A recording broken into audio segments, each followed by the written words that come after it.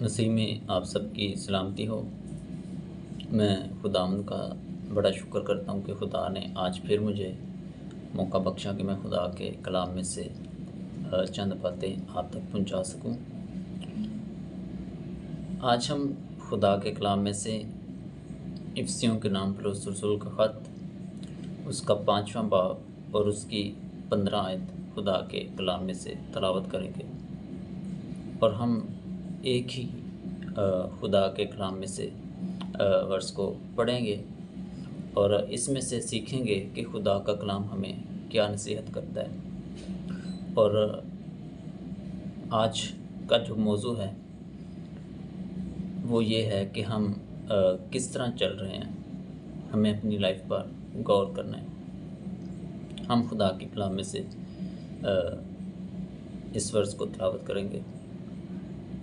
خدا کے کلام میں یوں مرقوم ہے، بس غور سے دیکھو کہ کس طرح چلتے ہو، نادانوں کی طرح نہیں بلکہ دناؤں کی مانند چلو۔ پاک کلام کے پڑھے اور سنے جانے پر بڑی برکت ہو، آمین۔ آج ہم اس ورس کو تھوڑی دیر سیکھیں گے، غور کریں گے۔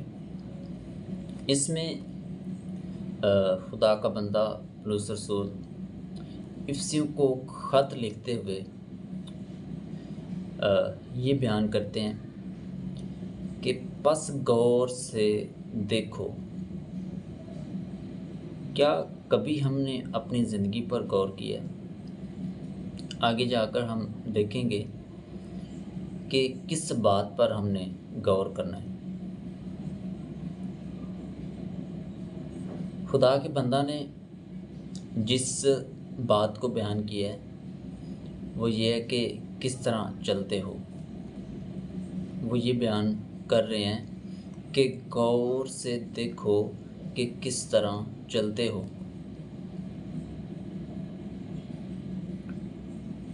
ذرا ہم اپنی زندگی پر غور کریں، ہم کس طرح چل رہے ہیں اپنی لائف میں، کس طرح ہم اپنی لائف کو گزار رہے ہیں۔ کیا ہم زندگی کے راستے پر ہیں یا ہم موت کے راستے پر ہیں؟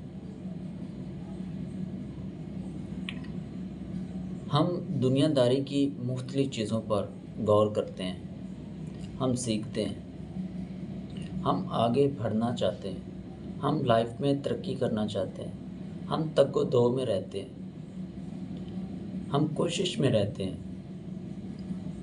لیکن ہم نے کبھی اس بات پہ غور نہیں کیا کہ ہم کس طرح چلتے ہیں۔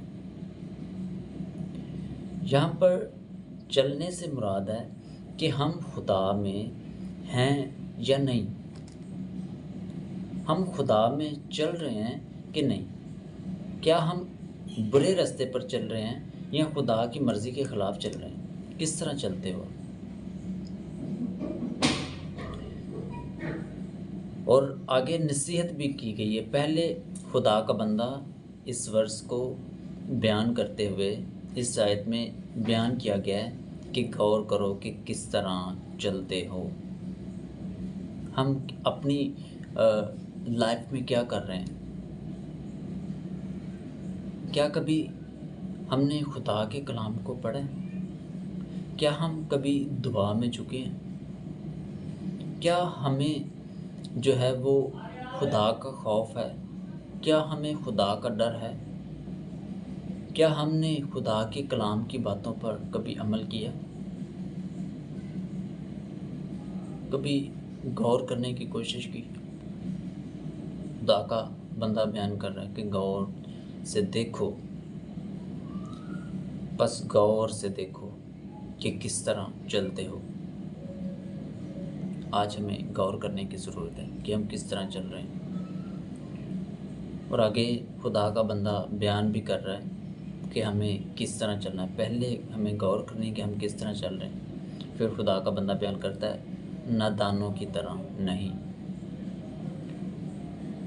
نادان کا مطلب ہے کہ نہ سمجھ۔ اس کو ہم ظاہر ہے کہ ہم اس بات کو سمجھتے ہیں کہ نادان ہم کس کو بولتے ہیں۔ خدا کا بندہ بیان کہہ رہا ہے کہ نادانوں کی طرح نہیں بلکہ اتناؤں کی مانند چلو۔ یہاں سے ہم سیکھتے ہیں کہ ہمیں نادانوں کی طرح نہیں چلنا، جو نہ سمجھ ہیں، جو خدا کے کلام سے واقف نہیں، جو خدا کا خوف نہیں رکھتے، جو خدا کا ڈر نہیں رکھتے، جو اپنی لائف میں مصروف ہیں، جنہوں نے کبھی ٹائم نہیں دیا، ہمیں ان کی طرح نہیں چلنا بلکہ دناؤں کی مانند۔ ہمیں دناؤں کی مانند چلنا ہے۔ ہمیں سمجھ ہونی چاہیے، ہمیں عقل ہونی چاہیے، ہمارے اندر حکمت ہونی چاہیے کہ زندگی کیا ہے، زندگی کی حقیقت کیا ہے، ہمیں اپنی لائف میں کیا کرنا چاہیے، ہمیں اپنی لائف میں کیا کچھ کرنے کی ضرورت ہے۔ تو آج ہمیں اس ورس کو اپنی زندگی میں بنانا ہے اور اس پر عمل کرنا ہے۔